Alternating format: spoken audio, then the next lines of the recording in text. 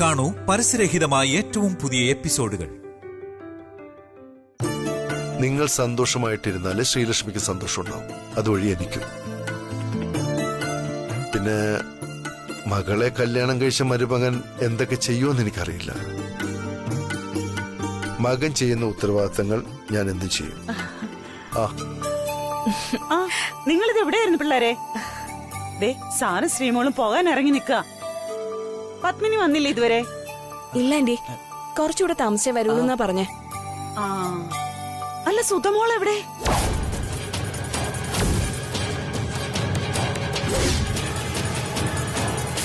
ആ പെണ്ണിനെ ഉച്ചയ്ക്ക് ശേഷം കണ്ടതേ ഇല്ലല്ലോ.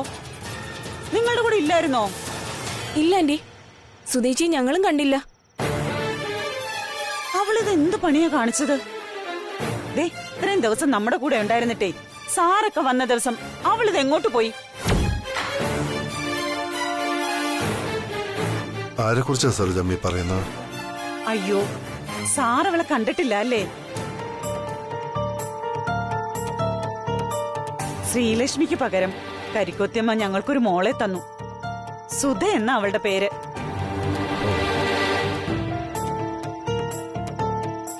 ഒരു പാവം കുട്ടിയാ സാറ്. അങ്ങനെ പറയാൻ മാത്രം അവൾക്ക് ആരുമില്ല. അപ്പൊ ഞങ്ങൾ വിചാരിച്ചു ഞങ്ങളുടെ കൂടെ നിർത്താം.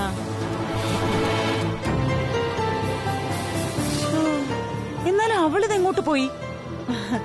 ചില നേരത്തെ നിപ്പി കാണില്ല കുട്ടിയെ. സാറിനെ ഒന്ന് പരിചയപ്പെടുത്തി തരാന്ന് വെച്ചാ ആളെ കണ്ടുകിട്ടണ്ടേ? അത് സാരമില്ല സരോജമ്മ, ഇനി ഒരിക്കലാകട്ടെ.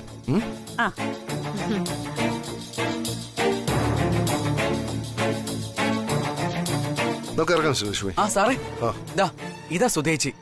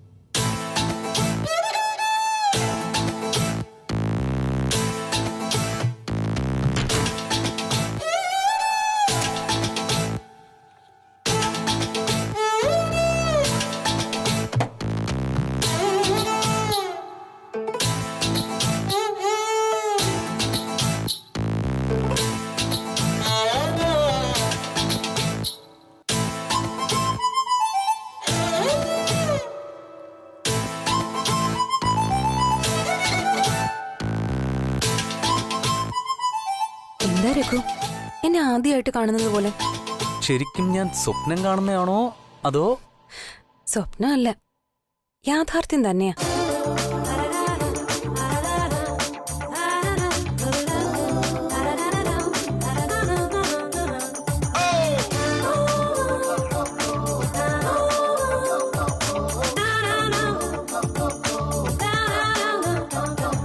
സത്യം പറയാലോ രേഖ, നിന്നെ ഇത്രയും ഭംഗിയോടെ ഞാൻ ആദ്യമായിട്ട് കാണുകയാണ്. അല്ല, ഇതെന്താ ഇന്ന് ഇങ്ങനെയൊക്കെ ഒരു പ്രത്യേകത? പ്രത്യേകതയുണ്ട് രഘു, ഒന്നല്ല ഒരുപാട് പ്രത്യേകതകളുണ്ട്. വിവാഹം കഴിഞ്ഞ് ഇത്രയും വർഷമായിട്ടും ഞാൻ ഒരിക്കലും രഘുവിന് നല്ലൊരു ഭാര്യ ആയിരുന്നില്ല. രഘു സ്നേഹത്തോടെ എന്ത് സംസാരിച്ചാലും ഞാൻ കാരണം അത് വഴക്കിലെ കലാശിച്ചിട്ടുള്ളൂ. രഘുവിനോട് മാത്രമല്ല, മദർ ഇൻ ലോയോട് പോലും. കറക്റ്റ്.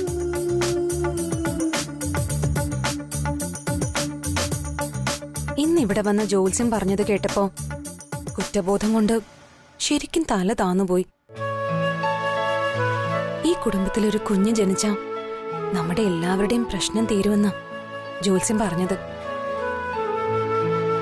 സ്ഥാനം കൊണ്ട് ശ്രീലക്ഷ്മി മുകളിലാണെങ്കിലും ഈ കുടുംബത്തിലേക്ക് ആദ്യം വന്നു കയറിയ മരുമകള് ഞാനല്ലേ. എന്റെ വാശി ഞാൻ അന്നേ ഒഴിവാക്കിയിരുന്നെങ്കിൽ കുറെ പ്രശ്നങ്ങള് ഈ കുടുംബത്തിൽ നിന്ന് ഒഴിവാക്കാമായിരുന്നു.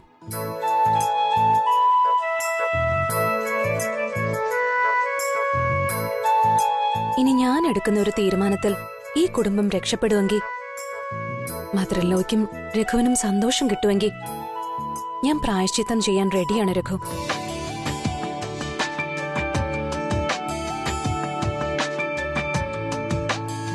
ഒരമ്മയുടെ വിലയും അനുഗ്രഹവും അതെത്രത്തോളം ആണെന്ന് ഞാൻ ഇപ്പൊ തിരിച്ചറിയുന്നുണ്ട്. അമ്മ എന്ന രണ്ടക്ഷരത്തെ ഈ ലോകത്തെ വേറൊന്നിനോടും താരതമ്യപ്പെടുത്താൻ കഴിയാത്ത എന്തോ ഉണ്ടെന്ന് ഞാൻ മനസ്സിലാക്കുന്നു. എന്റെ അമ്മ എനിക്ക് തന്ന സ്നേഹവും ലാളനയും എനിക്കെന്റെ കുഞ്ഞിന് കൊടുക്കണം.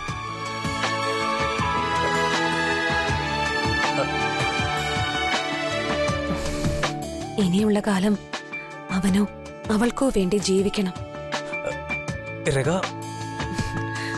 അതെ രഘു, ഭൂമിയിലേക്ക് വരേണ്ട ഒരു ജീവനെ തടസ്സപ്പെടുത്തുന്നത് ദൈവനിന്ദയാണെന്ന് തിരിച്ചറിവോടെയാ ഞാനിതെല്ലാം പറയുന്നേ. പറഞ്ഞു മനസ്സിലാക്കുന്നതിനേക്കാൾ സ്വയം തിരിച്ചറിവ് ഉണ്ടാവുന്നത് തന്നെയാണ് രേഖ നല്ലത്. ഇങ്ങനൊരു ഭാര്യ തന്നെയാണ് ഞാൻ ആഗ്രഹിച്ചത്. നീ ഓരോന്ന് കാണിക്കുമ്പോഴൊക്കെ ശരിക്കും എനിക്ക് നല്ല വിഷമം തോന്നിയിട്ടുണ്ട്. പക്ഷേ ഇപ്പോ കാര്യങ്ങളൊക്കെ മനസ്സിലായിട്ടുണ്ട്. എന്നാ പിന്നെ ദാ ഈ പാലം കുടിച്ചേ, നമ്മുടെ രണ്ടാമത്തെ ആദ്യരാത്രി ആഘോഷാക്കി കളയാ. ആദ്യം പോയി ഫ്രഷ് ആയിട്ട് വാ. എന്നിട്ട് ഇന്നു മുതൽ എല്ലാവരോടൊപ്പം സന്തോഷമായിരുന്നു ഭക്ഷണം കഴിക്കണം. അതിനുശേഷം നിലാവത്തിരുന്ന് നമുക്ക് ഒരുപാട് കാര്യങ്ങൾ സംസാരിക്കണം. ഇന്ന് വരെ ഞാനായിട്ട് നഷ്ടപ്പെടുത്തിയ രഘുവിനോടുള്ള എന്റെ സ്നേഹം അതെല്ലാം എനിക്ക് തിരിച്ചു തരണം.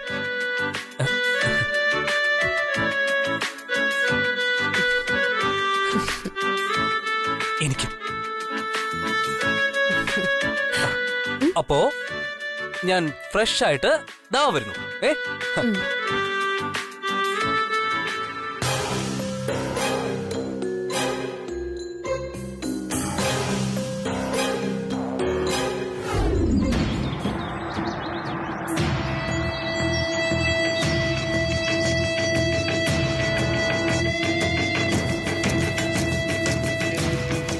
നീ പറയും, ഈ അറിഞ്ഞതിൽ നിന്നും ഇനി നിനക്ക് എന്താ പറയാനുള്ളത്?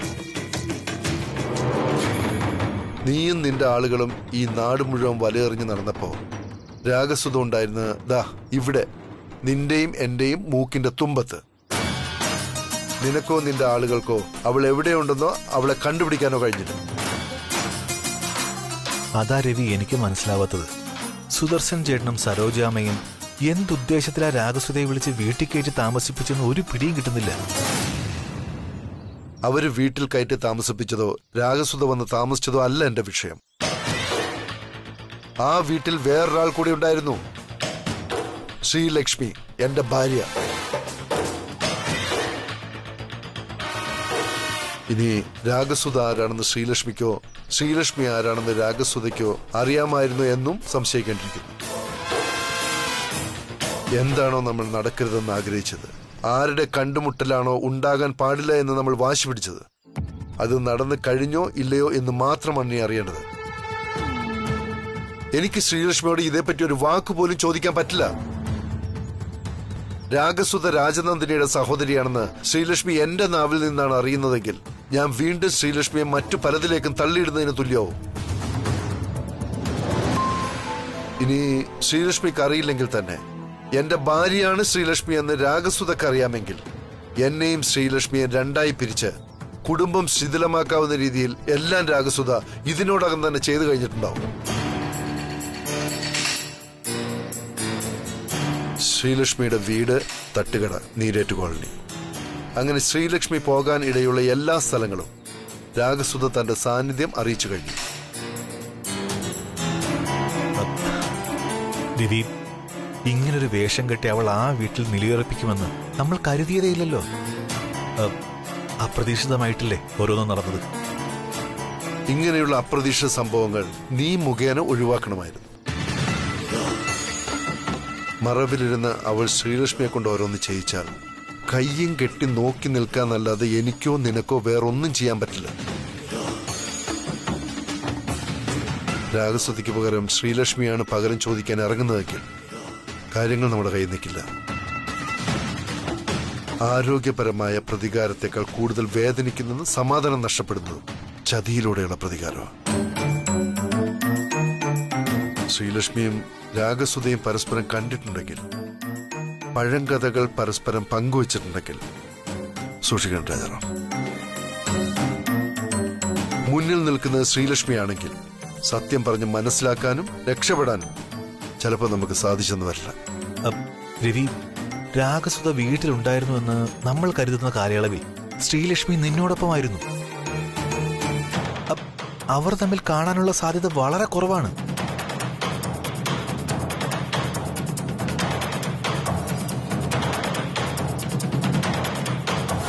ഇവള് കാത്തിരുന്ന ആളെ കണ്ടിട്ടേ പോകുന്ന ഒറ്റ വാശി. കാത്തിരുന്ന് കാണാനോ? ആരെ? അങ്ങനെ പറയാനും മാത്രം ഒന്നുമില്ല സർ. ഞാൻ എന്റെ ഒരു ഫ്രണ്ടിനെ കാത്തു നിൽക്കുമായിരുന്നു. അവള് ഇവിടെ വരാമെന്നാ പറഞ്ഞത്. എനിക്ക് ചില സംശയങ്ങളുടെ രാജാറാം. ശ്രീലക്ഷ്മിക്ക് മാത്രം മാറ്റാൻ പറ്റുന്ന ചില സംശയങ്ങൾ. പക്ഷേ അതൊരിക്കലും മാറുന്ന ഒന്നല്ല.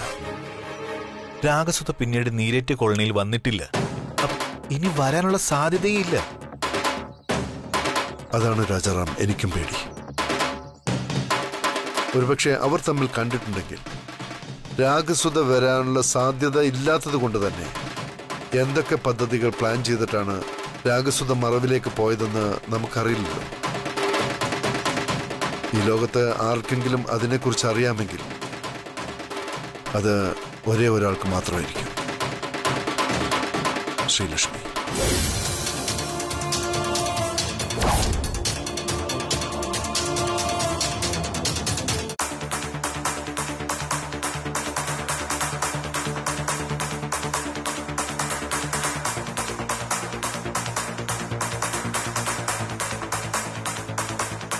Mother-in-law, mother-in-law, mother-in-law. എന്താ രേഖ? എനിക്ക് മദറിൻലോയോട് ഒരു കാര്യം ചോദിക്കാനുണ്ട്. എന്ത് കാര്യം? എനിക്കറിയാൻ പാടില്ലാത്തോണ്ട് ചോദിക്കോ.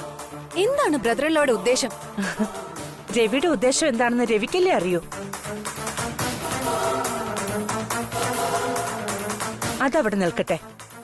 ആദ്യം നിന്റെ ഉദ്ദേശം എന്താണെന്ന് പറ. പറയാം. ബ്രദറിൻലോ കോടികൾ മുടക്കി ആ നീരേറ്റ് കോളനി തിരികെ വാങ്ങിക്കൊടുത്ത കാര്യം മദറിൻലോ അറിഞ്ഞില്ലേ? അറിഞ്ഞു. അതിനിപ്പോ എന്താ? അതിനിപ്പോ എന്താണെന്നോ? അതെ, ശ്രീലക്ഷ്മിയുടെ വീടിരിക്കുന്ന ആ കോളനി രവി തിരികെ വാങ്ങിക്കൊടുത്തു. അത് ഓരോരുത്തരുടെ ഇഷ്ടമല്ലേ, നമുക്കെന്ത് പറയാൻ പറ്റും? മദറിൻലോയ്ക്ക് പറയാൻ പറ്റില്ലായിരിക്കും, പക്ഷേ എനിക്ക് പറ്റും. എനിക്ക് പറഞ്ഞല്ലേ പറ്റൂ. ബ്രദറിൻലോ ഇങ്ങനെ കണക്കില്ലാതെ ചെലവഴിക്കുന്നത് എന്റെ ഭർത്താവിന്റെയും കൂടി പണമാ. രഘുവിനും കൂടി അവകാശപ്പെട്ടത്. അത് മദറിൻലോയ്ക്ക് അറിയാമോ? ഓ, നീ ആ വഴിക്കാണോ ആലോചിച്ചതും സംസാരിച്ചതും? അതെ. ഉള്ള സ്വത്തുക്കളെല്ലാം കൂടി കോളനിക്കാർക്കും പാവങ്ങൾക്കും ഒക്കെ വീതിച്ചു കൊടുത്താ ഞാനും രഘുവും പിന്നെ എന്ത് ചെയ്യും? അല്ലെങ്കിൽ തന്നെ ഹോസ്പിറ്റാലിറ്റി, അനാഥാലയം, വൃദ്ധസദനം എന്നൊക്കെ പറഞ്ഞ് മാസാമാസം വലിയൊരു തുക ചെലവാക്കുന്നുണ്ട്. ഇങ്ങനെയാണ് പോക്കെങ്കിലേ അധികം വൈകാതെ പാപ്പരാകാനുള്ള എല്ലാ ലക്ഷണങ്ങളും ഞാൻ കാണുന്നുണ്ട്. അത് മാത്രമല്ല, ആരോട് ചോദിച്ചിട്ട് ബ്രദറിലോ ഇങ്ങനെ എല്ലാവരെയും കൈയഴിഞ്ഞ് സഹായിക്കുന്നത്? ആരോട് ചോദിക്കണം? നിന്നോടോ അതോ രഘുവിനോടോ? നീ ഈ പറഞ്ഞ സ്വത്തുക്കളിലേറെയും അവൻ അധ്വാനിച്ചുണ്ടാക്കിയത് തന്നെയാ. നിന്റെ ഭർത്താവും നീയും ഇവിടെ എന്താ ഉണ്ടാക്കിയിട്ടുള്ളത്?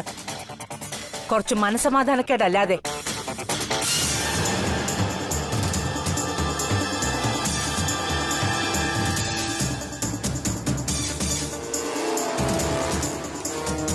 എന്റെ ഭർത്താവെന്ന് പറഞ്ഞ മധുരല്ലവിടെ ആരുമല്ലേ? ഞാൻ വീട്ടിൽ നിന്ന് വന്നപ്പോ കൊണ്ടുവന്നതാണോ ഇതിനെ? എല്ലാവരും കൂടി എന്റെ തലയിൽ കെട്ടിവെക്കുന്ന പോലെ പിടിച്ച് കെട്ടിച്ചതല്ലേ? രഘുവിന് ഇതൊന്നും ചോദിക്കാനുള്ള മനസ്സുമില്ല, താല്പര്യമില്ല.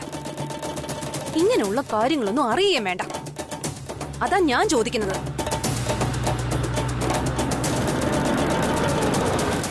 ഞങ്ങൾക്ക് കൂടി അവകാശമുള്ളതെടുത്ത് ഇങ്ങനെ ദൂർത്തടിക്കാൻ പറ്റില്ല. ശരി എന്നാ.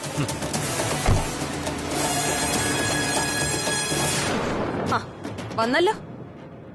രഘു ഇങ്ങനെ ഫയലും പിടിച്ച് തെക്ക് വടക്ക് നടന്നോ? ഇവിടെ നടക്കുന്നത് വല്ലതും രഘു അറിയുന്നുണ്ടോ, കാണുന്നുണ്ടോ? അറ്റ്ലീസ്റ്റ് ശ്രദ്ധിക്കെങ്കിലും ചെയ്യുന്നുണ്ടോ? ഇല്ല, അറിയുന്നില്ല. അത് ചോദിച്ചറിയാനാ ഓഫീസിൽ തിരക്കുണ്ടായിട്ടും ഞാൻ ഇങ്ങോട്ട് വന്നത്.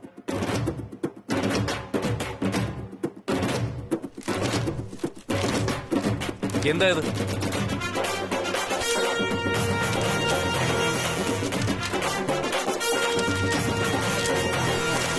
ഇത് ഞാൻ സാന്ദ്രയെ ഏൽപ്പിക്കാൻ പറഞ്ഞ ഫയലുകളാണല്ലോ, എന്റെ കഴിഞ്ഞ മാസത്തെ ബില്ലുകൾ. രഘു എന്തിനാ ഇതും വാങ്ങി ഇങ്ങോട്ട് വന്ന്? കഴിഞ്ഞ ഒരു മാസത്തെ നിന്റെ ചെലവ് 8,60,000 രൂപയോ?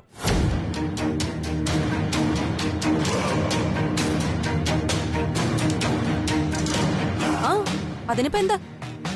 എല്ലാ മാസവും ഇല്ലല്ലോ, 3 മാസം കൂടിയിട്ടല്ലേ ഞാൻ ബില്ല് കൊടുത്തു വിട്ടത്. നിനക്ക് എന്താ രേഖ ഇത്ര ചെലവ്? ഈ ബില്ലുകൾ കണ്ടിട്ട് ചേട്ടായി വല്ലതും ചോദിച്ചാ ഞാൻ എന്ത് സമാധാനം പറയും? ഓ, അപ്പൊ അതാണ് രഘുവിന്റെ പ്രശ്നം. ചേട്ടായിയോട് എന്തു പറയുന്നു? ചേട്ടായിയോട് എന്തിനു പറയണം? അല്ലെങ്കിൽ തന്നെ ഞാൻ വാങ്ങുന്ന മാലയുടെയും പൊട്ടിന്റെയും കൺമഷിയുടെയും ഒക്കെ കണക്കുകള് ഞാൻ എന്തിനാ എന്റെ ഭർത്താവിന്റെ ചേട്ടനെ ബോധ്യപ്പെടുത്തുന്നത്? എന്റെ ഭർത്താവിനെ ബോധ്യപ്പെടുത്തിയാ പോരെ?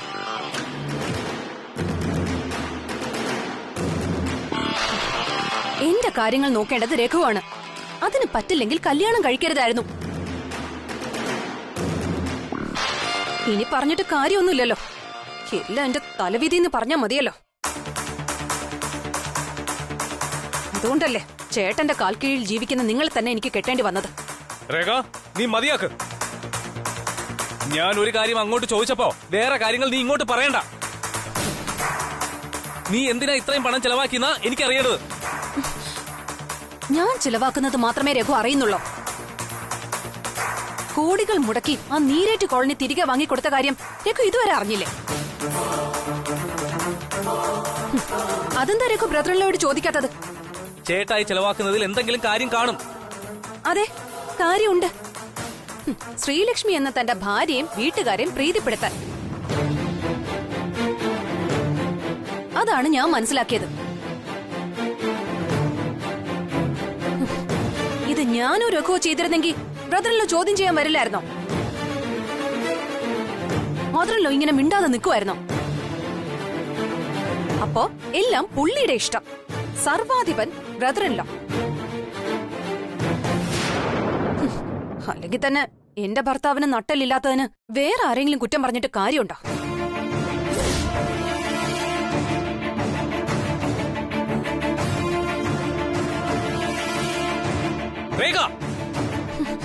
എന്നോട് ദേഷ്യപ്പെടണ്ട. നട്ടലിന്റെ സ്ഥാനത്ത് വാഴപ്പിണ്ടി അല്ലെങ്കിൽ പോയി ചോദിക്കും നിങ്ങളുടെ ചേട്ടനോട്. നിങ്ങൾക്കും കൂടി അവകാശപ്പെട്ടതൊക്കെ ആരോട് ചോദിച്ചിട്ടാ ഇങ്ങനെ വിതരണം ചെയ്യുന്നതെന്ന് നിങ്ങൾക്ക് വേണ്ടി ഞാൻ ചോദിക്കാം. കാരണം ഞാനും കൂടി അനുഭവിക്കേണ്ടതല്ലേ ഇതെല്ലാം. അല്ലെങ്കിൽ സ്വത്ത് ഭാഗം വെച്ച് നിങ്ങൾക്കുള്ളത് ഇനി തന്നേക്കാൻ പറ. അങ്ങേർക്കുള്ളത് പാവങ്ങൾക്ക് കൊടുക്കോ കുഴിച്ചു മൂടുവോ എന്താന്ന് വെച്ചാ ചെയ്തോട്ടെ. എന്റെ രഘു, നിങ്ങളുടെ ചേട്ടന് ബുദ്ധിയുണ്ട്. അതാ നിങ്ങളെ ഒരു മണ്ടനാക്കി സൈഡിൽ ഒതുക്കി നിർത്തിയിട്ട് പുള്ളി ഇതെല്ലാം വെച്ച് അനുഭവിച്ചുകൊണ്ടിരിക്കുന്നത്. ഞാനീ പറയുന്നത് കൊണ്ട് ഇവിടെ വലിയ മാറ്റങ്ങളൊന്നും ഉണ്ടാവാൻ പോകുന്നില്ലെന്ന് എനിക്ക് നന്നായിട്ട് അറിയാം. കാരണം ഞാൻ കല്യാണം കഴിച്ചതും കൂടെ ജീവിക്കുന്നതും ഒരു ഓണിന്റെ കൂടെ അല്ലല്ലോ.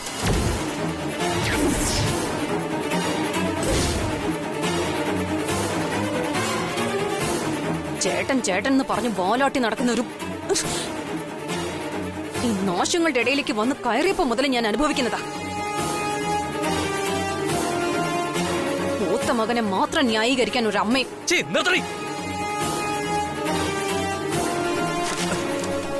ഇറങ്ങ്, ഇപ്പൊ ഈ നിമിഷം വീട്ടിൽ നിന്ന് ഇറങ്ങിക്കോളാം.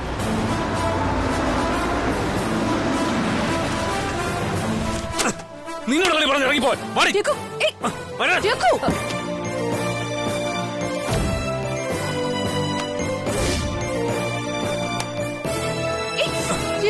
പോയി